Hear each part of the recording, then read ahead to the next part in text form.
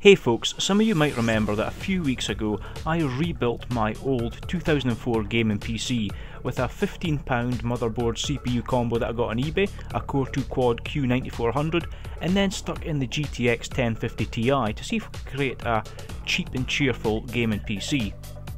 All in all, that build was a mild success. Yes, some of the latest games were playable, but the CPU was really struggling to feed that GPU. And the GPU was generally really underutilised in that PC.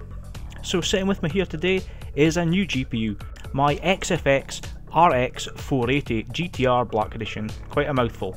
But before this card goes into the main build and benchmarks begin, I've quite fancied throwing it in this old rig and seeing what we'll come up with. So in the last video, as I've already said, we were bottlenecking that GTX 1050 Ti with that Q9400. So it will be interesting to see if slapping in an even more powerful graphics card yields the same or better results. My initial suspicions about slapping an 8GB GPU into this rig is that it's probably going to return exactly the same kind of results as we've seen with the 1050 Ti. But it will provide a good reference point for any of you folks out there that want to build a cheap and cheerful gaming PC, and hopefully will prove the point that gaming at this end of the market means that you don't need to feel obliged to spend a lot of money on a powerful GPU simply because the PC won't really be able to use it. So with that said, let's jump into some of the benchmarks.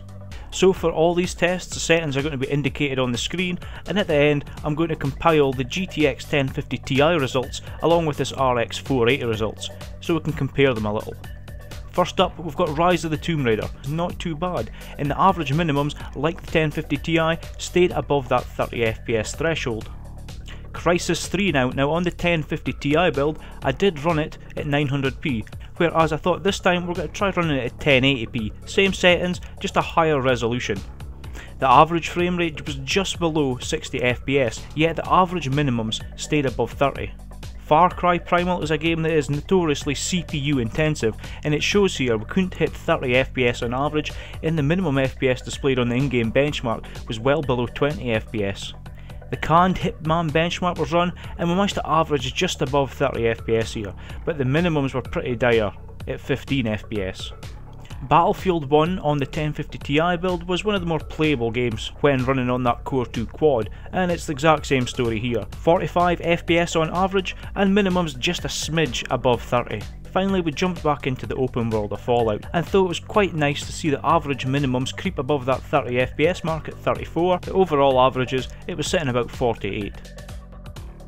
So if we look at the graph here and compare the results to when I was using the GTX 1050 Ti, we can see that the difference is pretty much negligible. Now if you've watched any of the other videos, in particular the 470 versus the 1050 Ti, you'll know that the difference between the higher Polaris cards and the GTX 1050 Ti is actually quite sizable. Yet here, when we're running this CPU combo, the difference is absolutely negligible. Just like the 1050 Ti in this rig, the CPU utilisation was pegged at about 100% for most of the games played, and the GPU utilisation, it was well below 50% in pretty much all these benchmarks. So if you have an old system like this, simply going out and buying the fastest new GPU you can afford, it's pretty pointless. There's numerous older cards that would be much better suited to a rig like this. We've got to remember that these Core 2 Quad CPUs, although they're still quad core, some of them are getting on for about a decade old now, and they just simply cannot feed modern GPUs. Even something like the R9 280X, it would be pretty starved in this rig. But in saying that, if you do have a rig like this, something like a HD 7870 would probably be a pretty good match for your system, and it's still going to be capable of playing a lot of the games that you want to play. So with all that said, I've got to take this XFX RX 480 GTR Black. I've got to take the 480 out of this rig, and I'm going to stick it in my main build. So stay tuned for more benchmarks with that. Take care, and I'll see you soon and in the comment section down below.